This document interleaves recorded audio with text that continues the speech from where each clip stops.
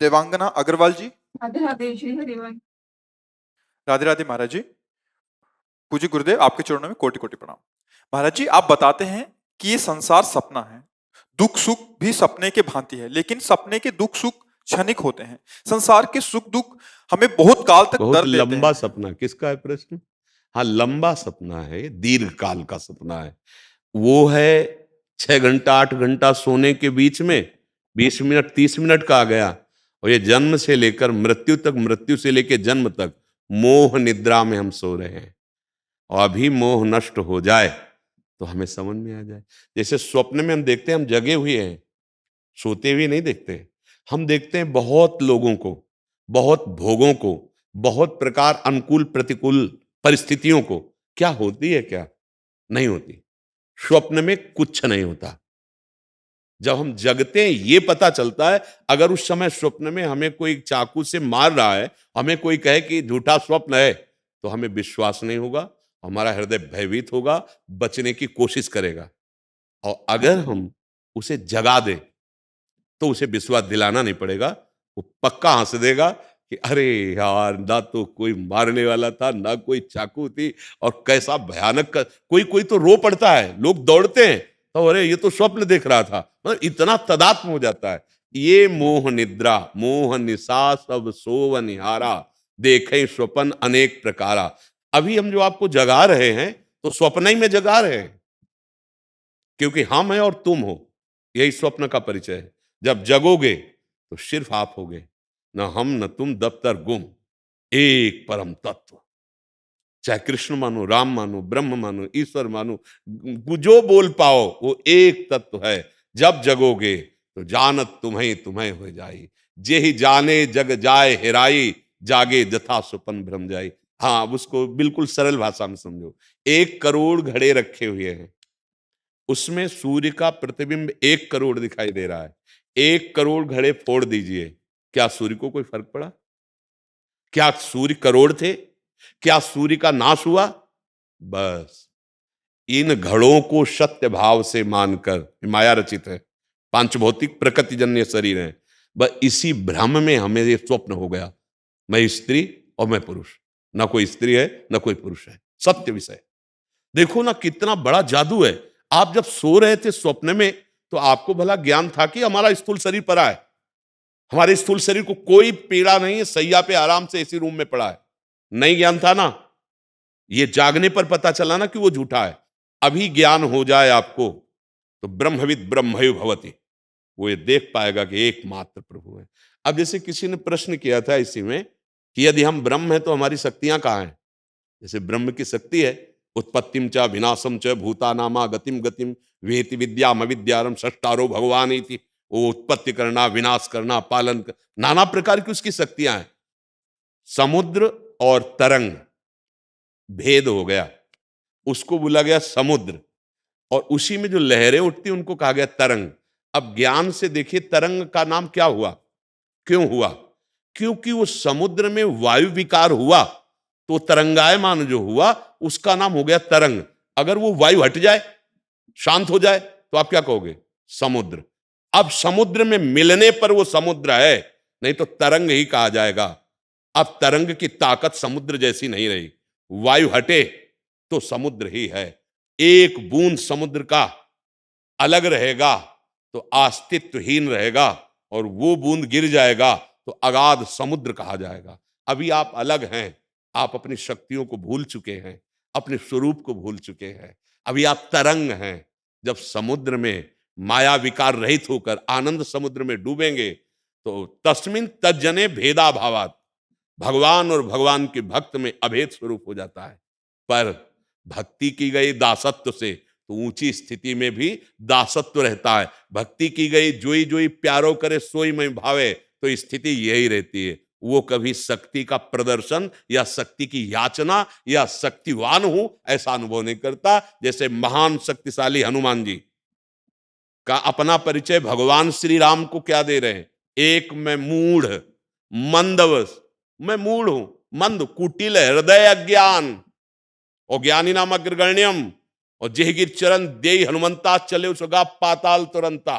महान बलशाली, अतुलित बलधामम हेम शैलाभदेहम धनुजवन कृशानुम ज्ञानिनाम अग्रगण्यम। ऐसे महापुरुष क्या बोल रहे हैं? एक में मूढ़ मंद बस कुटिल हृदय अज्ञान। विभीषण जी से क्या असमय अधम सक, क्या शक्ति नहीं हनुमान जी में, क्या शक्ति नहीं। राम काज कोई भी ऐसा नहीं जो हनुमान जी न कर सके, कोई भी ऐसा। अब भक्त का हृदय कैसा होता है? बोले मैं कितना अधम हूं विभीषण जी, कैसे बताऊं? ये तो रघुनाथ जी की हम पर कृपा है। जिसको शक्ति का जागरण हो जाता, प्रदर्शन थोड़ी होता है। वो तरंग समुद्र में लीन हो गई, अब उसका कोई अस्तित्व नहीं रहा। क्योंकि जब मैं था तब हरि नहीं, अब हरि है महिला है। बात समझना है। तो ये जो तर्क प्रकट किया जाता है, जैसे कहा था कि भगवान के नाम के वस्त्र आदि टेटू आदि कराना, हाथों में मेहंदी में रचवाना, मुझे लगता है जो आराध्य देव का नाम हम जितना सम्मान करेंगे उतना ही हमारे ऊपर कृपा होगी। तो एक ने कहा कि जब पुल बन रहा था तब राम राम लिख के पत्थर में डाला गया था। ऐसा नहीं है। राम नाम हनुमान जी ने जब एकांत में बैठे थे तो ऐसे अपने नखों से चीर कर पत्थर में लिखा राम, और ऐसे डाला और वो प्रवाहित हो गया। पीछे भगवान खड़े देख रहे थे, उन्होंने एक पत्थर डाला, डूब गया। भगवान सकुचा गए। हनुमान जी ने कहा प्रभु पत्थर में नाम का सहारा हो गया इसलिए तर गया, और आप अपने कर कमल से जिसे छोड़ देंगे वो डूब ही जाएगा। जो पुल बना तो समुद्र वर्णन करता है प्रकट होकर, नाथ नील कप नल नील कप दो भाई लरिकाई ऋषि आशीष पाई। लरिकाई बाल्यावस्था में इनको एक ऋषि ने वरदान दिया था कि बड़े से बड़े पहाड़ को आप स्पर्श करके रख दोगे वो डूबेगा नहीं, वो तैर जाएगा। प्रसंग को पढ़ना, जो पुल बना है वो नल नील स्पर्श करते जा रहे थे, और उसमें जो नाम रचना पर्वत पे या पत्थर पे वो हनुमान जी एकांत का विषय। इधर की बात उधर घसीट देने में नहीं। अगर कोई भी राम भक्त है या कृष्ण भक्त है, उसके सामने लिख दिया जाए मानो कृष्ण, अब रख पैर, नहीं तो गर्दन उतार देंगे, तो गर्दन उतरवा लेगा, पैर नहीं रखेगा। आप विचार करो, भाव का विषय है। तुम जितना नाम का प्रभु का आदर करोगे, अच्छा कैसे कर सकते हो? अपने प्यारे की छवि, अपने प्यारे के नाम, उसका आदर आप नहीं कर रहे। तो यही तो हम लोगों में मूढ़ता छाती जा रही। थोड़े से पैसे के लिए, थोड़ी सी भूल में हम अपने प्रभु के नाम, अपने प्रभु के रूप ऐसे छपवा कर ऐसे नालियों में, ऐसे कूड़ादानों में लोग फेंक रहे। नहीं नहीं भाई, तुम आदर क्या करते हो अपने? वो कहते हो हम ऐसे, अरे अपने इष्ट के नाम का अपमान करते हो, अपने इष्ट के। और तर्क कितना है? स्वीकृति के लिए नहीं है, नकारात्मक के लिए है। अगर कोई संत, कोई भगवत प्रेमी महात्मा उसका आदर आपके सामने प्रस्तुत करता है तो आपको स्वीकार करना। वचनम करिष्ये तौमे, फिर उसका अनुभव करो आनंद का। तर्क, और तर्क असंगत। श्रद्धा के आगे तर्क नहीं टिकता। श्रद्धा भगवान की प्राप्ति कराती है, और तर्क हमें भ्रमित कराता रहता है। तो हमें चाहिए तर्क छोड़कर ये विश्वास माने भगवान शिव की बात कि उमा कहो मैं अनुभव अपना, सत हरि भजन जगत सब सपना। हमें व्यवहार करके इसे सत्य नहीं मानना। सत्य इन्हीं में भगवान बैठे हुए, उनको मानना है। आप क्या कहना चाहती है? हाथी मैं ये कहना चाहती हूँ कि जैसे ना हमारे चोट लग जाती है, एक्सीडेंट हो जाता असल बात, स्वप्न में अगर चाकू मारी जाती है तो लगता है है कि ना। हमें उसका पूरी जिंदगी कष्ट भोगना पड़ता है। हाँ, आप ये बताओ, स्वप्न भर में अगर हमारे 4 चाकू ऐसे मारी गई तो जब तक जगेंगे नहीं, तड़पना पड़ेगा ना। ये जग जाओ भाई, ये तुम नहीं हो, ये मरेगा, ये नष्ट होगा। इसके पहले ऐसी स्थिति कर लो। हम पहले अभी बताया किसी के प्रश्न में कि जब हमारे हाथ को शून्य कर दिया जाता है, मन नहीं जाता, तो काट दे तो फर्क नहीं पड़ता। अगर यही मन हमारा श्री कृष्ण में लग जाए, प्रभु में लग जाए, तो बड़े से बड़ा दुख हमें परास्त नहीं कर सकता। अभी हम सोए हुए स्वप्न में हैं, सच्ची मानिए।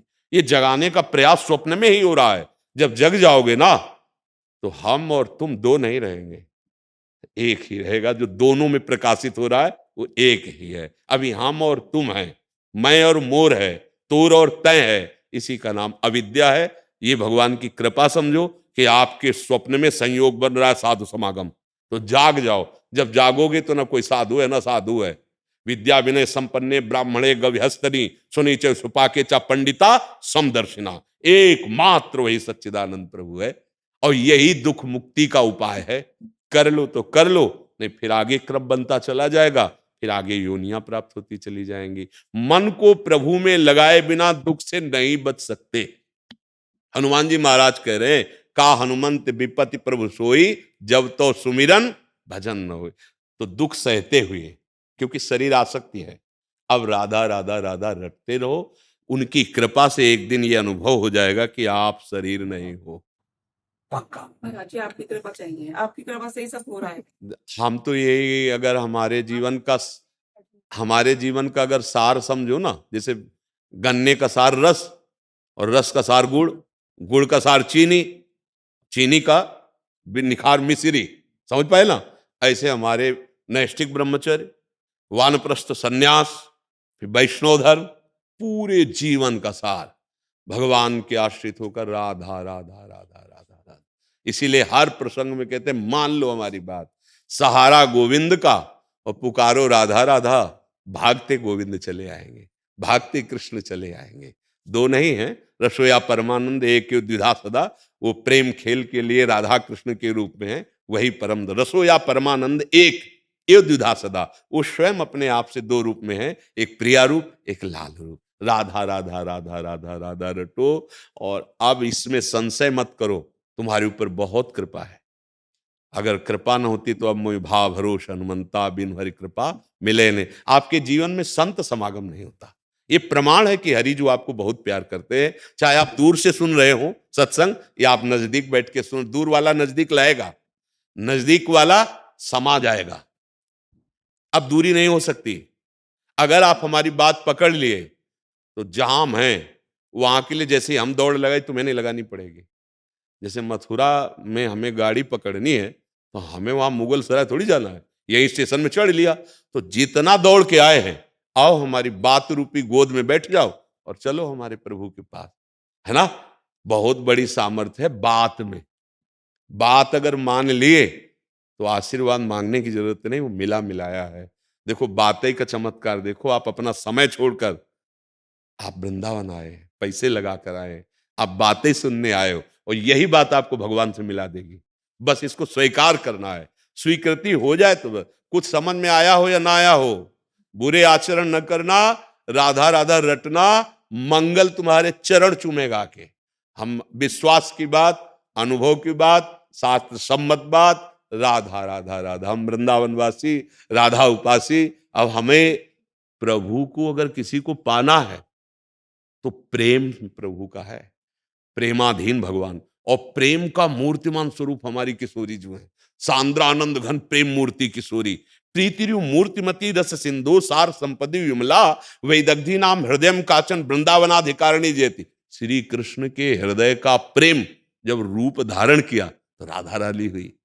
तो इसीलिए वो किशोरी जो कृपा करेंगी, श्री कृष्ण हमें प्राप्त हो जाएंगे। उनका महान स्वरूप हमारी सामर्थ्य नहीं जान सके। प्रेम के द्वारा, प्रेम का मूर्तिमान स्वरूप राधा रानी। और वैसे ही हम कई बार उदाहरण में कहते हैं कि अपराध बन जाए तो पिता थप्पड़ लगा देगा, लेकिन अगर माता की नजर पड़ गई तो दौड़ के आएगी और पिताजी को अपने शासन में लेगी, उसका पर्सनल शासन। अब वो कहेंगे चलो कोई बात नहीं, छोड़ के आ। ऐसे ही समझो, जब हम सिद्धांत के खिलाफ चलते हैं तो भगवान फिर उसके रुष्ट होते हैं। पर हमारी प्रियाजू अनंत माताओं जैसा वात्सल्य है, और प्रभु से कहा बोले कोई बात नहीं, माफ। श्लोक ऐसे हम कोई बात ऐसे नहीं मनमानी नहीं करते। अनुल्लिख्यानंतानपि तदपराधान मधुपतिर महाप्रेमाविष्टम तो परम देयम विमसति तवैकम श्री राधे गृणति ही नामामृत रसम। लाडली जो राधा राधा राधा ऐसा बोलता है तो लालजू महाराज उसके रजिस्टरे को फाड़ के फेंक देते हैं। अनुल्लिख्यान, और आगे लिखेंगे नहीं, और प्रेमाविष्ट होकर सोचते मैं इसे क्या दे दूं, मेरी प्राण प्यारी लाडली जी का नाम लिया इसने, राधा राधा राधा। बड़े भाग्यशाली है जिनको राधा नाम पे विश्वास हो जाए। खूब भजन परायण रहो भाई, जीवन का लाभ यही। यहां से जब जाओगे तो यही नाम साथ होगा और कुछ नहीं, सब छूट जाएगा। मित्र पत्नी पुत्र पति सब यही। अच्छा वो कब समय आए इसका भी भरोसा नहीं। फांसी वाले को तो बता दिया जाता है कि अमुक दिन अमुक तारीख को, हमारा तो पता ही नहीं है ना। कौर रा बोले और धा न पहुंच पा गया, नहीं ऐसा नहीं है, बोले वो अमुक कार्य कर रहे थे चले गए। इसलिए भाई राधा राधा राधा सब कुछ।